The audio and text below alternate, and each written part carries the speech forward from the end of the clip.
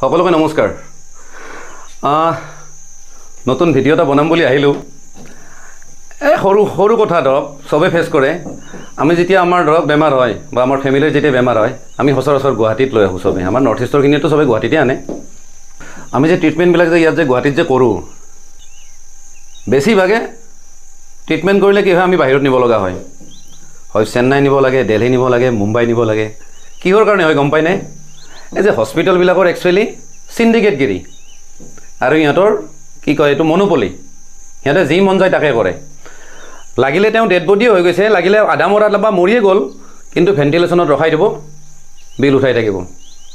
আৰু ঔষধ এক্সেছ ঔষধ, মানে সিমান ঔষধ দৰকাৰে নাই, এনেই ফাল্টুকৈ মানে লিখি থাকিব, কিনি থাকক, পইচা খালী কৰক, আপোনাৰ ঘৰ মাটি বিক্ৰী কৰি চেছ কৰি দিয়ক। একচুৱেলি এইটো ক্ষেত্ৰত চৰকাৰে অকণমান হস্তক্ষেপ কৰিব লাগে, নতুন বিল পাছ কৰিব লাগে। মানে কেনেকুৱা, যদি পেচেণ্টটো যদি মৰি যায়, পেচেণ্টে যাতে বিল যাতে দিব নালাগে, হস্পিটেলে মানে ফ্ৰীলি তাৰমানে ৰিলিজ দিব লাগিব। আৰু যদি নিদিয়ে, যদি তেওঁলোকে নিদিয়ে, কমচে কম 50 যিমান বিল হ'ব 50% যাতে হস্পিটেলে দিয়ে আৰু 50% গভমেণ্টে দিয়ক। তেনেকুৱা বিল এটা হেৰি কৰক। এই ফ্ৰী আঁচনিবিলাক যে দিয়ে, তাতকৈ এইটো কামো কৰিব পাৰে। তেতিয়া কি হ'ব, হস্পিটেলে কমচে কম পেচেণ্টটো বচোৱাৰ ট্ৰাই কৰিব যে এইটো যদি মৰি যদি যায়, আমি কমচে কম 50% বিল কমচে কম দিব লাগিব। আৰু নহ'লেতো জানে এইটো নকৰে কাৰণে ট্ৰিটমেণ্টটো উল্টা পুল্টা ট্ৰিটমেণ্ট কৰে। আল্টিমেটলি চবৰ মনত, আমাৰ অসমীয়া মানুহৰ চবৰ মনতে এটাই কথা, বাহিৰত নিম, কিবা এটা হ'লে বাহিৰত নিম।